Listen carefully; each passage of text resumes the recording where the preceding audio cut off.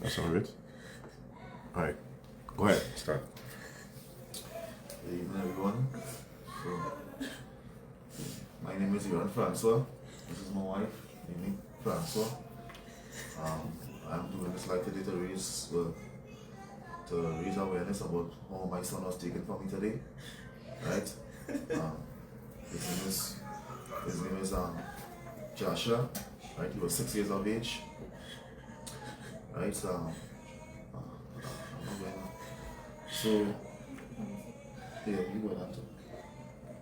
Now come here. Guys, everybody that is seeing this, as a grieving mother and a grieving father of a 6-year-old boy that was taken from us. A healthy 6-year-old boy. Never sick. No illnesses. Today he was taken from us after he was admitted to the hospital for a simple cough. Today, anybody that has empathy, that can understand the loss and the hurt that parents feel when they lose a child in a senseless way where your child is ripped away from you, I would like you to share this live. Please, we are begging you because we need your help. #Justice for Jasher. I'm calling on the relevant authorities. I'm calling on the Honorable Kamala Prasad, the Ministry of Health, to launch an investigation into the death of 6-year-old Jasher François that took place today at San Fernando Teaching Hospital. My son yesterday, after I came from work, he had a cough on Sunday that persisted. He did not have any other flu-like symptoms, no vomiting, no coughing, anything. So my husband and I decided that we will take him to the hospital for the dry cough. Yesterday, we went to the accident and emergency at San Fernando with a referral letter from our Roy Joseph Health Center. On admitting my son, he had an oxygen level of 90-something. And they decided to give him oxygen to see if they could bring it to 100. But on going there, they said that they didn't hear any reason. He is not asthmatic. There was no cause for alarm. Okay, so they said they wanted to keep him overnight. My son was warded after 12 this morning. The doctor sat with both my son and I. He was able to answer all the questions, his date of birth. When they asked how he feeling, he was like, good. His only thing was, I'm sleepy, I want to sleep. And the doctor and I kept saying, 5 more minutes, you will go to sleep. I spent the night with my beautiful son. He was fine. I fed him. He slept because he was tired.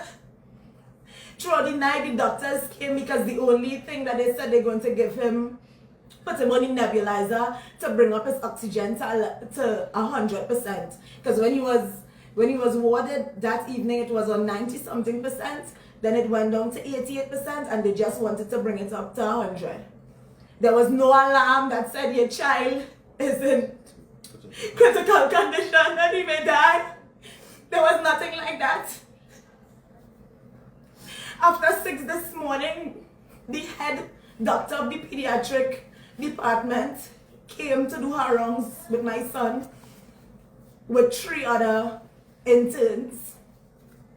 Today she told me that it was 2 interns and one was her fellow something, I can't remember the word. When I spoke with the doctor, there was no cause for alarm that my son wouldn't be leaving and coming home with me today.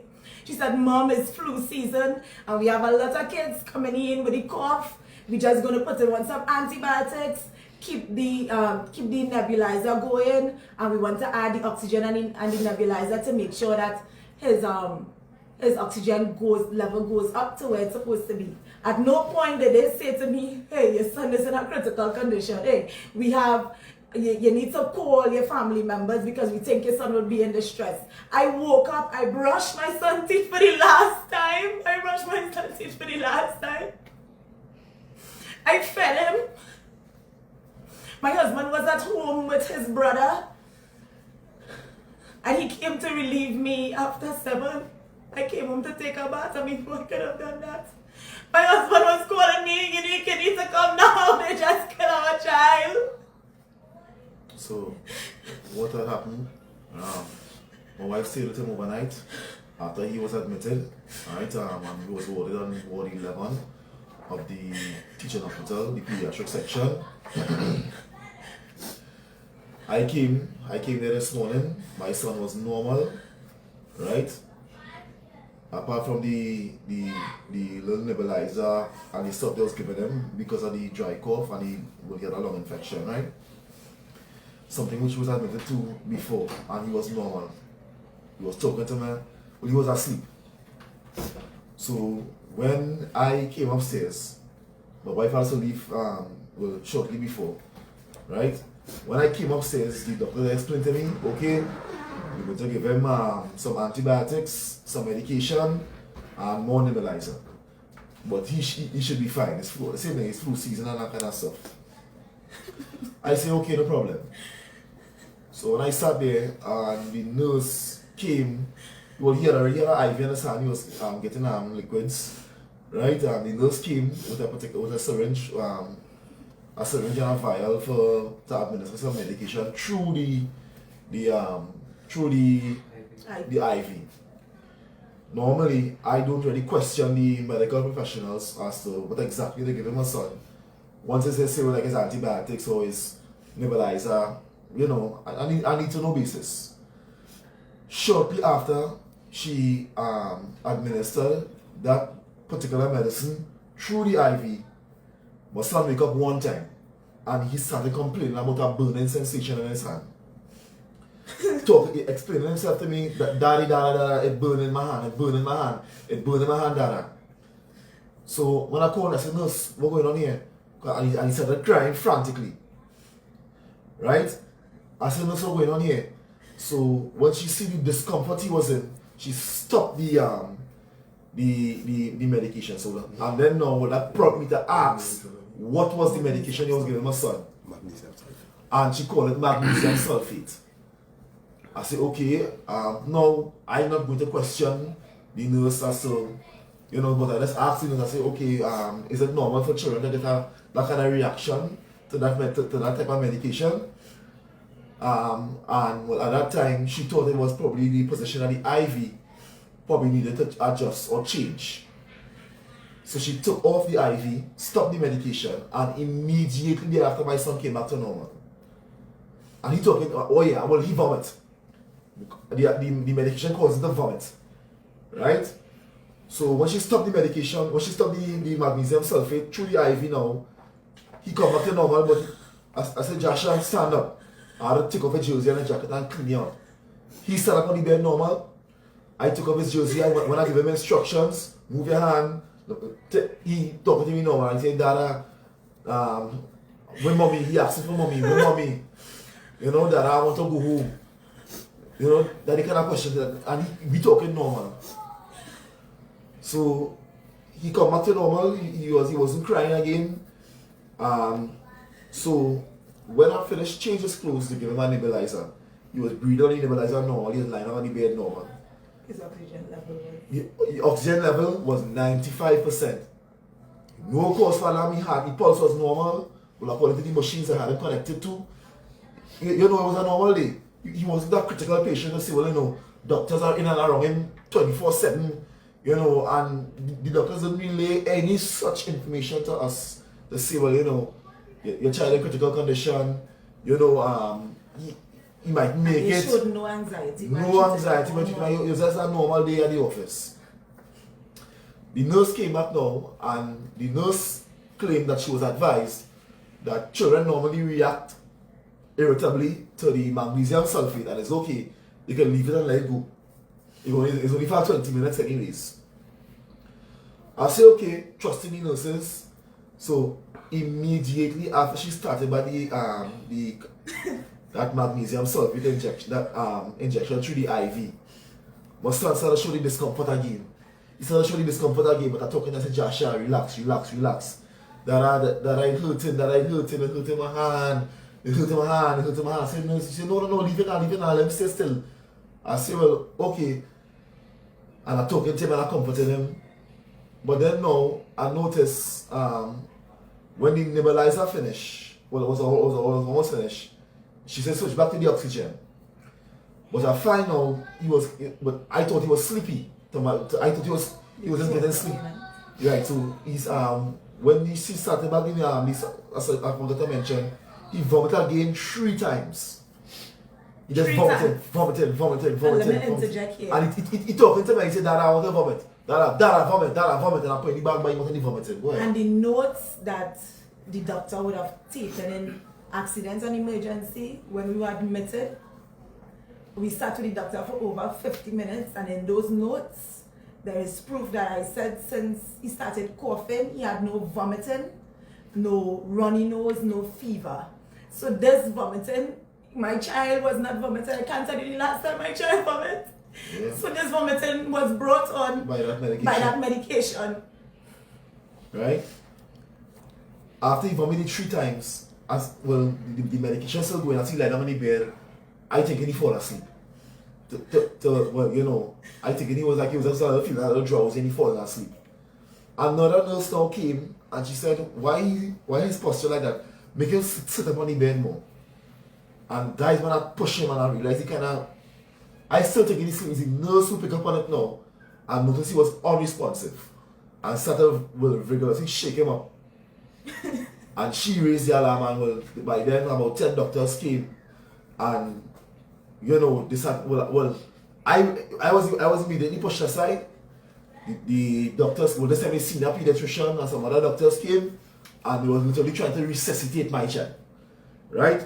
From over here in the conversations, they was asking for adrenaline, they was asking for they raised the oxygen flow to over 100, and they was doing CPR. It was on my child, and he was totally out of it. He was already gone. Right?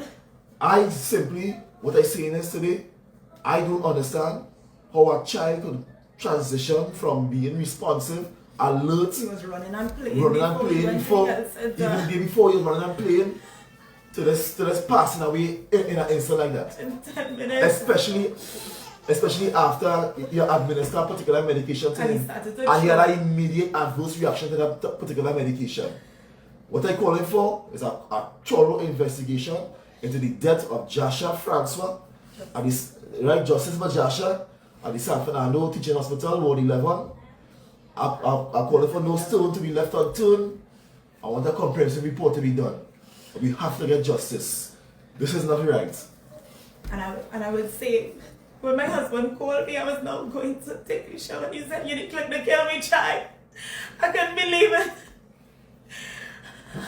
I went to the car. I didn't even know how I reached upstairs. I jumped out my car, security guard. Had to drive back. It had no parking. Imagine I told the security, my son, unconscious. She said, "There's nothing I can do for you." I had to drive around for over 10 minutes. Until my husband called and said, he died. And I jumped on my moving car. And it's the security guard. Thanks to whoever she was, she drove me. I didn't even know how I got back my keys. And when I went upstairs, the lifeless body of my healthy 6-year-old baby that I just left, and we just talked, and I told him I'm going home and make broccoli for him, his favorite vegetable, and bring it back. When I reached, blood coming out of my son's nose. His chest covered in blood. My healthy son that I just left. Over 30-something doctors and everybody stand up, and I want to tell you something now. Yeah, the conversation had taken place over the lifeless body of my son. One of the doctors was at his head, performing whatever procedure, and his response was, yesterday was a bad day to do legs, because he was continuously performing CPR. I had to beg them not to give up. Then I had to say everybody was just standing around with their hands full. And I said I had to have the courage in the midst of looking at the lifeless body of my son to say, anybody here actually trained or have experience in resuscitating persons and children? And then they said, yes, just one person. And let me show you the person was stand up like this. She's the head of the ICU, and this was her posture. No empathy. No anything to say, well, Mom, your healthy baby boy is gone from you. This was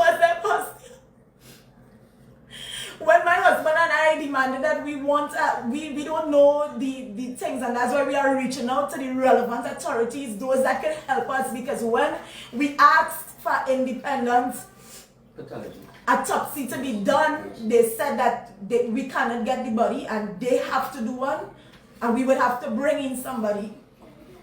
The person that we reached out to, the only independent person that was recommended, is also associated with the San Fernando General Hospital. After calling around with persons, they said the only way to get an unbiased one is if we get into the forensic science complex, and I'm begging, please. We just want answers.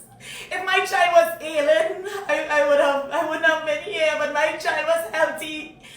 My child is not a sickly child, in so much that when they ask if he has a pediatrician, no, because my children don't get sick. It was just this flu season. He gets the cough because he just came, and I explained this to the doctor. I said he was in 3 months of camp, and she said, yeah, well, interacting. And this is how casual the conversation was.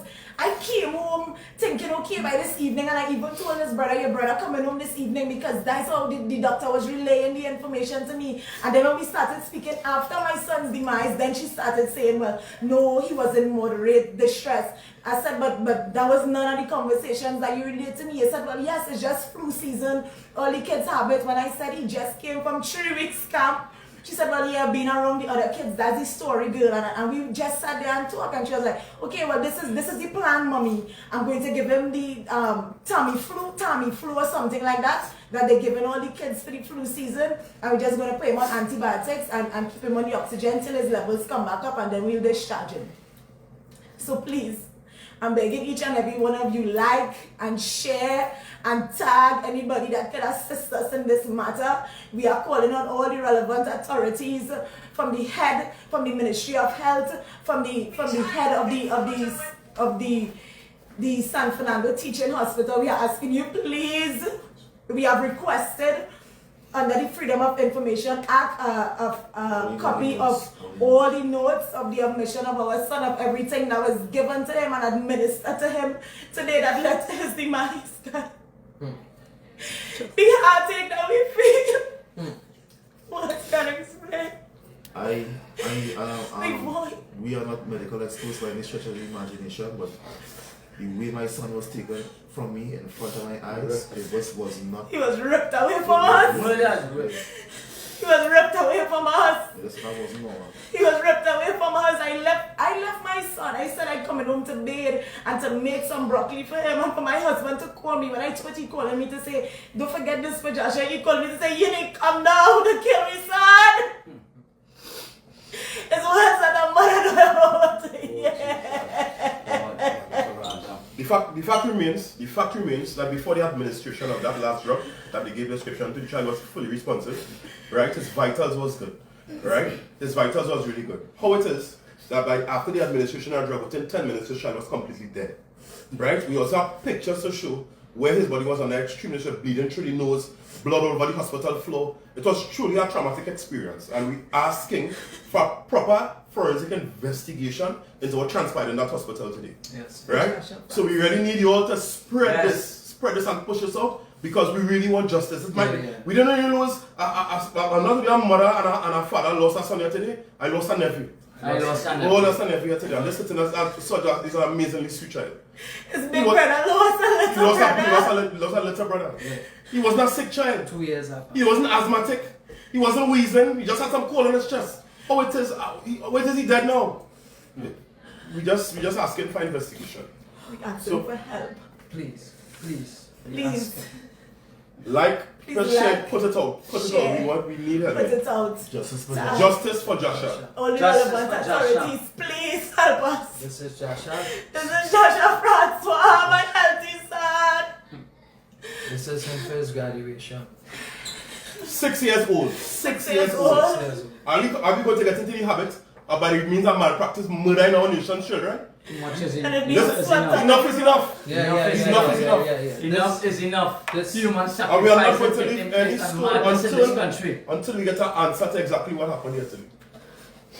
So guys, anybody with children, people who understand the situation, you may not be able to even understand it. Having a child ripped away from you like that is something that It's unthinkable. Undescribable. We win my shot on me worse than any. So in closing, please, any relevant authorities that can reach out to us and help us, please. Please. We're trying to get our son Justice to the for forensic complex for unbiased Independent and autopsy. independent autopsy. Right? We want to stop the cover. What is inside that drug? What drug they put in that little boy's body? What drug they put in his body to make him bleed through his nostrils? That shut down his respiratory system. Oh my God. That's a healthy 6-year-old Child. child that was just speaking, that was standing up, that his What's father just changed his clothes. He just ate before I left. I can't tell you the last time my son vomits, he went from being healthy to vomiting to dead within 10 minutes. The health system's supposed to be a place where it's secret dress. Where we're supposed to have some sort of comfort that when we're sick, and we could go and get proper medical assistance, for our loved ones. If this is going to be the norm and we're gonna just let it slide, well, we heading even deeper.